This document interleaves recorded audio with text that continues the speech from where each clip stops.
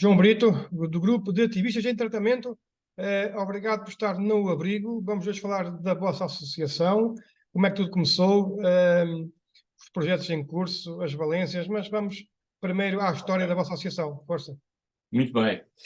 Então, a associação existe desde 2001. O GAT foi criado há precisamente 22 anos. Eu cheguei ao GAT mais tarde, cheguei ao GAT em 2010, a meio mais ou menos deste percurso, e até 2011 o GAT não tinha serviços, ou chamado aquele serviço porta aberta de atendimento ao público. Era uma associação que fazia um trabalho de advocacia ou advocacy na área do tratamento para o VIH, para as hepatites, para a tuberculose. Bem, o que é que isto se traduz? Era uma associação que, de alguma forma, queria garantir que o melhor tratamento nestas infecções estava disponível a preços comportáveis para o nosso SNS e de melhor qualidade para as pessoas que vivem com estas infecções. VIH, Há 20 e poucos tuberculose, anos, hepatites. isto há 20 e poucos anos não seria fácil.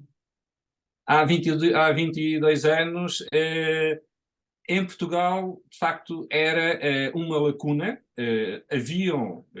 Nós sabemos que haviam outras associações a trabalhar na área do VIH, mas com foco na área do tratamento, não havia ninguém que tivesse a fazer este trabalho de uma forma tão concentrada, e foi isso que levou a que algumas pessoas criassem esta associação. Havia associações com intervenção nesta área fora de Portugal, noutros países, em que se baseámos também a nossa intervenção, não é? Muito bem. Antes de irmos um bocadinho mais à frente, deixe-me perguntar, há 21, 22 anos atrás, estas doenças eram muito, eram muito coladas ao VIH, e muito coladas às pessoas que, enfim, sexualmente eram uma alternativa, portanto, os gays, etc.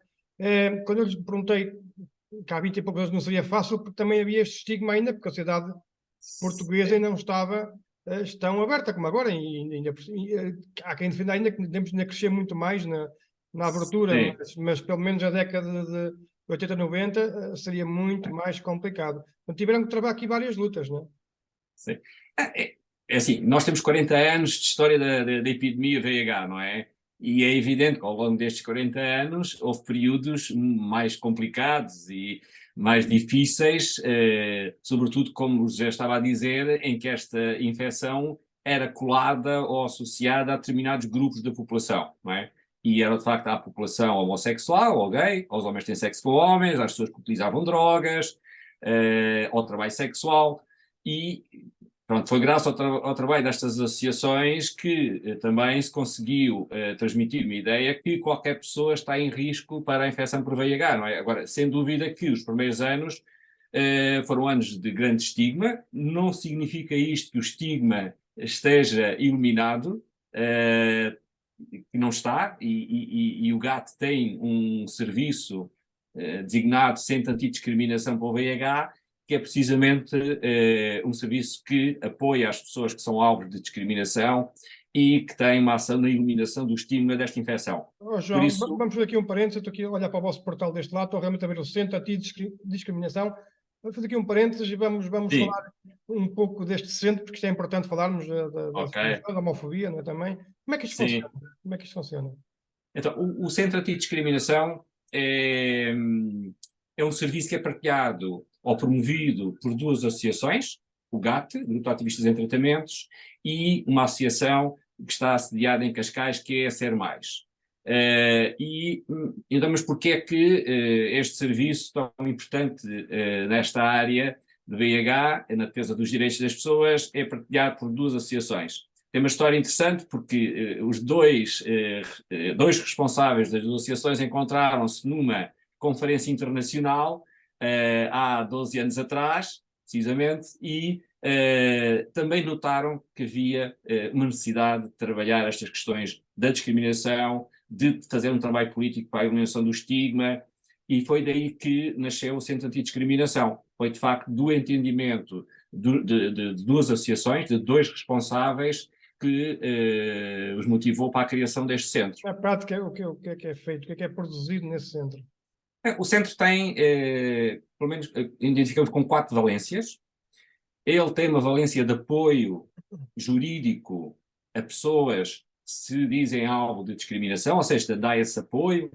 O que faz muitas vezes é expor a situação junto à entidade que pode ter discriminado. Muitas vezes a discriminação não é propositada, é por falta de informação que surgem algumas situações. Então o que o CAD faz é representar essas pessoas, em nome dessas pessoas que foram alvo de discriminação, e tentar clarificar junto às entidades que cometeram essa falha para a eliminação de maus procedimentos ou procedimentos que estão desadequados. Pronto, isto é uma das valências, é esse apoio jurídico através do CAD. Depois temos uma outra valência na área da formação, e a área da formação estamos disponíveis para fazer formações a empresas, escolas, muitas associações que trabalham na área dos direitos humanos ou até na área do VIH têm-nos solicitado ações de formação na área do que é a proteção de dados, do que é muitas vezes a ética,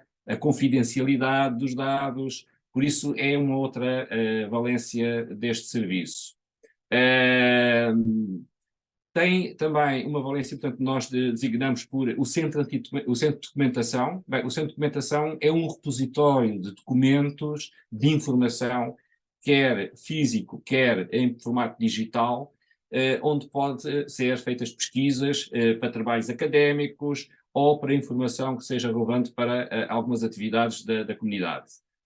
E depois temos a dita área de investigação, é a investigação comunitária, não é a investigação académica, mas é feita em parceria com a academia, e o exemplo mais recente que consigo lhe dar de investigação foi o último estudo designado Stigma Index, que não é menos do que medir o estigma e a discriminação sobre as pessoas VIH em Portugal. Portanto, esse estudo decorreu no ano de 2020, 2021, e foram apresentados dados agora este ano, em 2023. Pode dar-nos alguns dados assim muito rápidos? Como é que estamos em termos de dados muito genéricos que lhe posso dar, não tirei notas nesse sentido, mas aquilo que salta à vista é que o estigma e a discriminação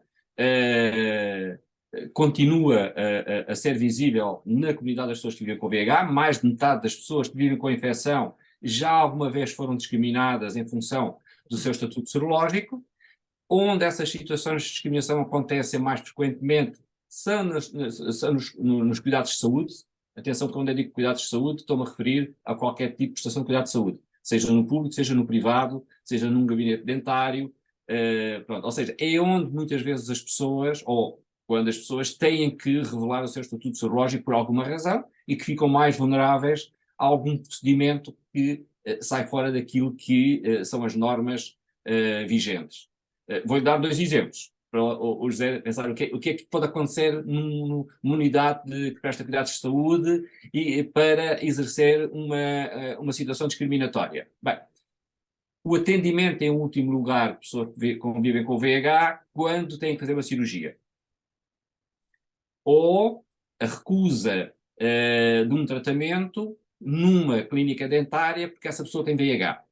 Pronto, são 2 situações que, por incrível que acontece, ainda continua a acontecer, que não deveriam acontecer se fossem respeitadas as regras universais de esterilização e asepsia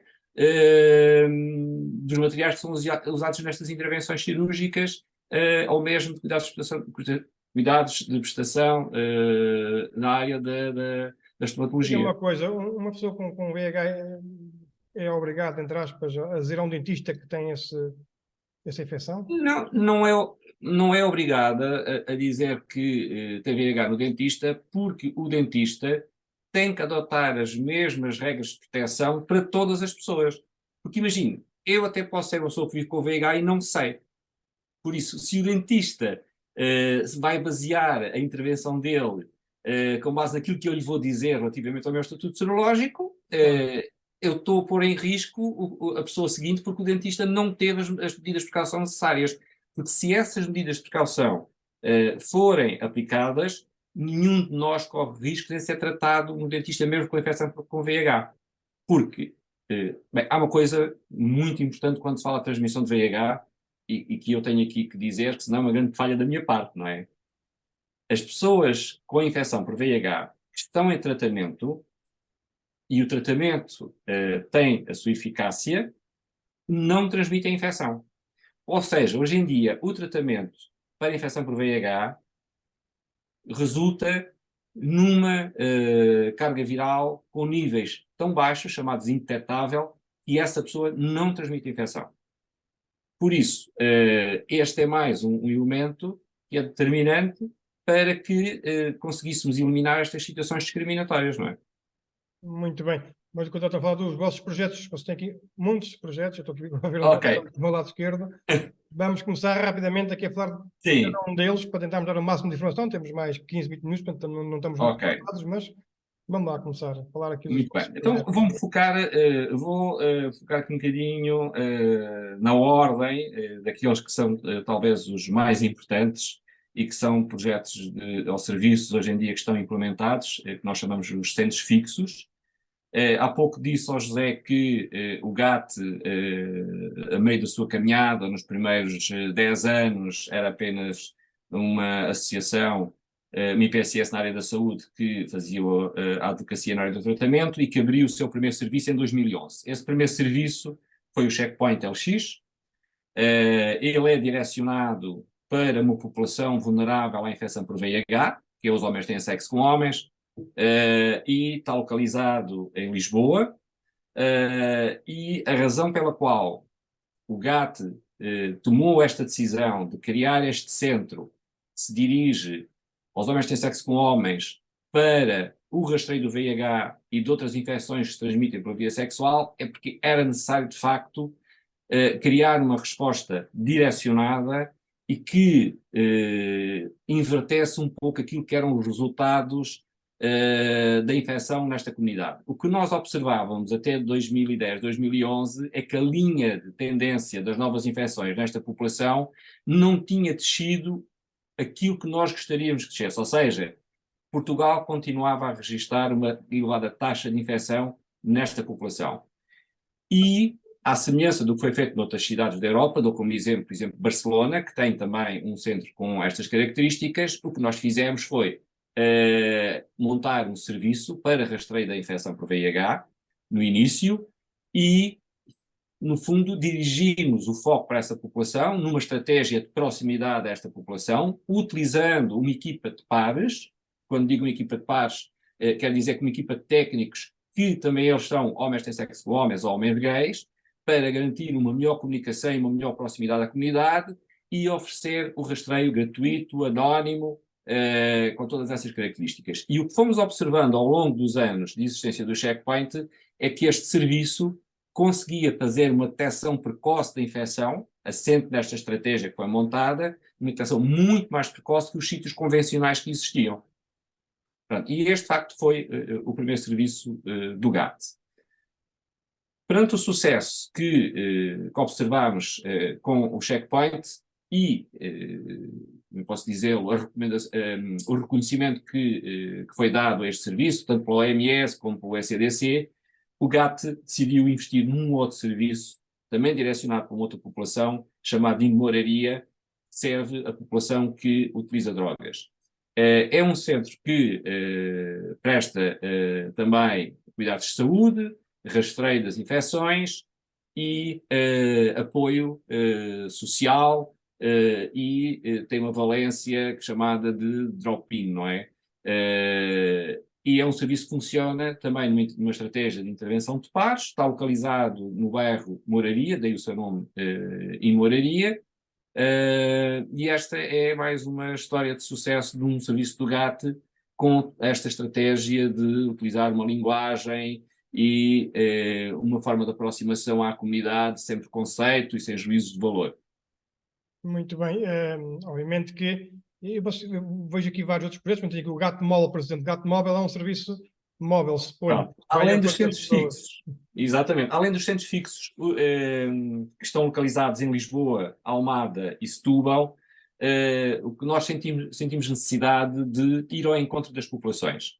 E ir ao encontro das populações, aquelas que têm mais dificuldade também em aceder aos serviços. Dando como exemplo, a primeira unidade móvel do GAT cobria toda a área da Península de Setúbal, ou seja, é uma área imensa de bairros de populações vulneráveis, população da África subsaariana, e essa unidade móvel o que pretendia fazer era, no fundo, aproximar as pessoas a um serviço de rastreio, prestação de cuidados de saúde, e fazer um circuito pelas zonas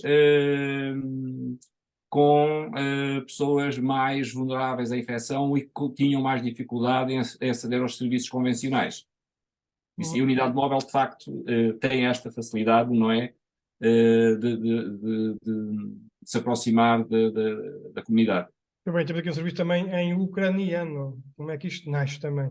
Tu não estás sozinho, penso que é assim que... Sim, esse é um serviço que foi criado a quando da invasão da Ucrânia. Percebemos que estavam a chegar a Portugal algumas pessoas oriundas da Ucrânia e disponibilizámos para fazer um pouco a comunicação dessas pessoas, ou seja, um serviço que garantia que essas pessoas, quando se deslocassem ao SNS, pudessem ter um acompanhamento por alguém que as ajudasse nessa tarefa muitas vezes difícil, que nós chamamos de navegação dentro de um hospital, não é?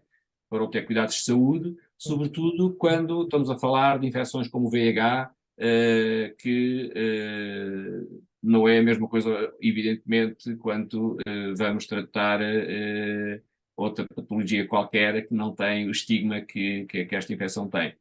Muito bem, e há aqui um conjunto de projetos, as pessoas também podem ir ao vosso site, gatoportugal.org, está lá tudo. Mas vou falar um pouco ainda da discriminação, do estigma, da homofobia. Temos um Portugal urbano e um Portugal mais rural. Vocês sentem nos vossos estudos que fazem que pode existir aqui duas velocidades ou duas formas de ver isto da homossexualidade, por exemplo, e das pessoas com HIV?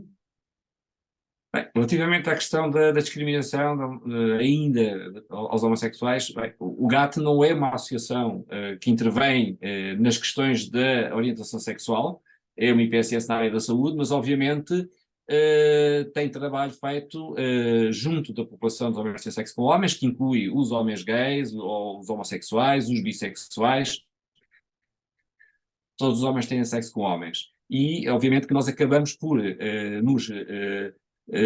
acabamos por interagir com outras associações nesta área, e o exemplo disso foi agora, durante o mês de junho, que é dito o mês do orgulho LGBT, em que estivemos presentes enquanto entidade na marcha do orgulho LGBT, e agora, o sábado passado, num outro evento organizado pela ILGA Portugal, que é o Arraial, que é em Lisboa, e que nos dá a possibilidade também de estarmos visíveis, de divulgar os nossos serviços e de fazer algumas intervenções em saúde, como foi o caso da vacinação para a monkeypox, que é algo que, pronto, que é importante e que estamos a tentar transmitir informação que as pessoas que têm risco se devem vacinar.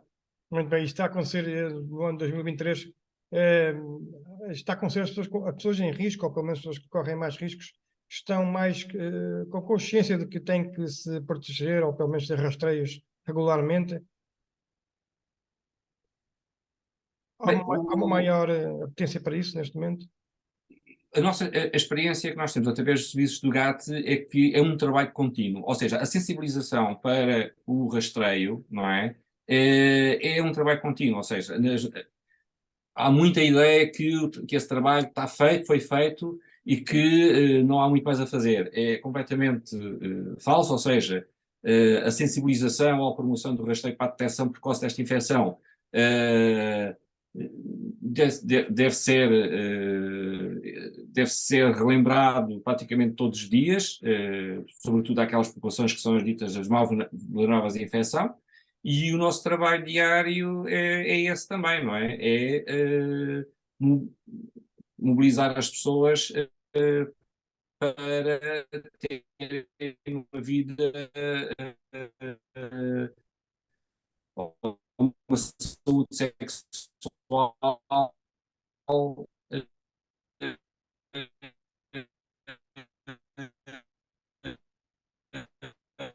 Mas, João Brito, nós estamos com alguma dificuldade já em ouvir, não sei se a ligação vai ou não melhorar.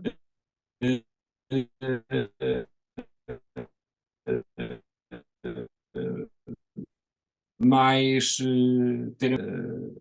adequada. Sim, eu estou com rede. Agora tive aqui alguma coisa nestas interrupções, certamente. Diga uma coisa, vamos falar aqui de um caso prático. Um rastreio, um jovem Sim, vai a um centro vosso, faz o rastreio, sim.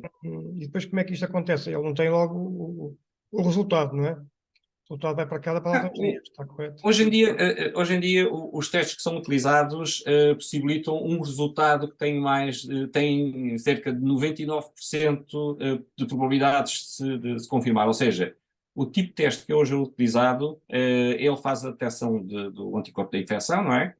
E 99% das vezes confirma-se esse resultado. Pronto, os testes de facto são muito sensíveis e temos tecnologia até que permite a confirmação desse resultado no próprio dia. Muito bem. E depois o que é que acontece? A pessoa é confirmada seropositivo, neste caso? Sim, O que é que acontece depois? Vocês fazem acompanhamento para as o unidades GAT, do Estado? quando, e essa é uma parte importantíssima, ainda bem que o José tocou nela, que é o GAT, quando se propôs a fazer o rastreio destas infecções, seja de VIH, seja de hepatites, aquilo que garante às pessoas é a ligação aos cuidados de saúde. E até o acompanhamento dessas pessoas se elas acharem que é necessário. Ou seja, rastrear, detectar a infecção, mas uma ligação rápida, ou tão rápida quanto possível, aos cuidados de saúde. A chamada referenciação da pessoa. E esse trabalho também é feito por nós, ou seja, o pedido de consulta e o agendamento fica do nosso lado e somos nós depois que garantimos essa ligação. Muito bem. O que é que espera uma pessoa que tenha a notícia que tem o HIV? O que é que espera nos próximos anos da vida dela? Sim. Já não é um estado de óbito, felizmente, mas Pronto, isso, tem que haver cuidados, como é lógico. sim, a situação mudou bastante, ou seja, aí houve uma evolução muito grande no tratamento que possibilita que hoje em dia as pessoas que vivem com VIH tenham uma esperança de vida semelhante a uma pessoa que não tem infecção. Pronto. Não se Eh, morre de HIV, mas morre-se com HIV. É um pouco isto. obviamente que ainda se morre com HIV ou com infecção, se ela não for tratada, ou seja, se alguém que tem infecção e não a tratar, obviamente que acabará por aquilo que acontecia nos anos 80, não é? Ou no princípio dos anos 90. Agora, alguém, um jovem, que tem um resultado positivo para o VIH, pode continuar a ter os seus planos para a vida, a fazer a sua vida, dita a sua vida normal, com todos os planos que tinha, porque o tratamento da sua infecção é altamente eficaz, vai garantir a tal situação que falei há pouco de uma carga viral indetectável que bloqueia a transmissão da infecção a outras pessoas, e este é um dado importantíssimo, e tem servido muito até para retirar estigma da infecção sobre VIH ou sobre as pessoas que são portadoras desta infecção. Por isso, o que eu diria às pessoas que hoje em dia têm um resultado positivo é que o importante é que elas tratem a sua infecção, tenham uma boa adesão ao tratamento. Muito bem. Em termos de reprodução, também fica comprometido essa situação ou não? Em termos de, desculpe, De reprodução, as pessoas podem continuar a ter filhos, podem continuar a fazer filhos, podem. hoje em dia também é muito mais fácil, sim. Um homem que vive com o VIH, uma mulher que vive com o VIH, podem ser pais. Esta questão da carga viral indetetável, e peço desculpa por estar sempre a referi-la, mas é um dado importantíssimo, permite que, através de uma relação sexual desprotegida, a mulher possa engravidar, seja ela VIH positiva, ou seja o parceiro, ou sejam os dois. É evidente que durante o seguimento da maternidade desta mulher, durante a gravidez desta mulher, tem que haver um seguimento mais cuidadoso, mas há garantias para que esse bebê nasça sem infecção por VIH. Muito bem, João Brito, obrigado por ter estado no abrigo. Vamos falar mais vezes seguramente. Isto é um tema que vamos Ok, José. acompanhar Muito obrigado Sim. e parabéns pelo trabalho que fazem. Até um dia. Nada, obrigado pelo convite também.